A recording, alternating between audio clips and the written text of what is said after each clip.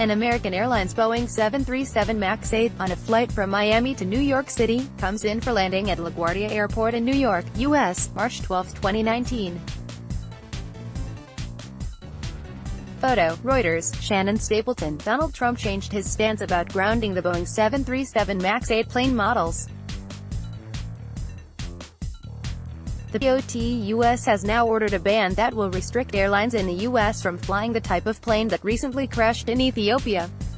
Trump stated that as new evidence emerged through the ongoing investigation on why the Ethiopian Airlines flight ET-302 went down on Sunday, killing all of its 157 passengers, he decided that it would be best to ground the Boeing 737 MAX.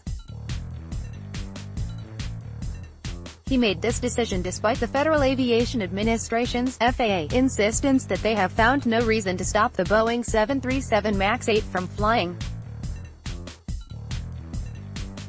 "We are going to be issuing an emergency order of prohibition to ground all flights of the 737 MAX 8 and the 737 MAX 9 and planes associated with that line," NBC News quoted Trump as saying to the press at the White House on Wednesday.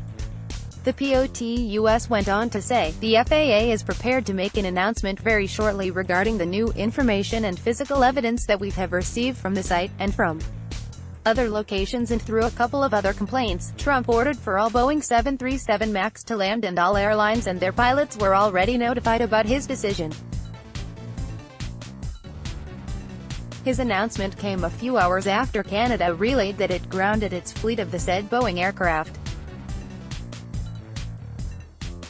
Canadian carriers that include Air Canada, Sunwing and WestJet have a combined total of 41,737 MAX jets, and all of these are now prohibited from the country's airspace. On grounding the Boeing 737 MAX, BBC News quoted Canada's Transport Minister, Marc Garneau, as saying in a press conference, "As a result of new data that we received this morning, and had the chance to analyze, and on the advice of my experts and as a precautionary measure, I issued a safety notice." The minister added, "This safety notice restricts commercial passenger flights from any operator of the Boeing 737 MAX 8 or MAX 9 variant aircraft, whether domestic or foreign, from arriving, departing or overflying Canadian airspace." Garneau also stressed that the safety notice is effective immediately. He also said that the order will remain in effect until they issue a new notice. Further, in an effort to justify why it is grounding the planes, Garneau detailed the problem with Boeing 737 MAX's software.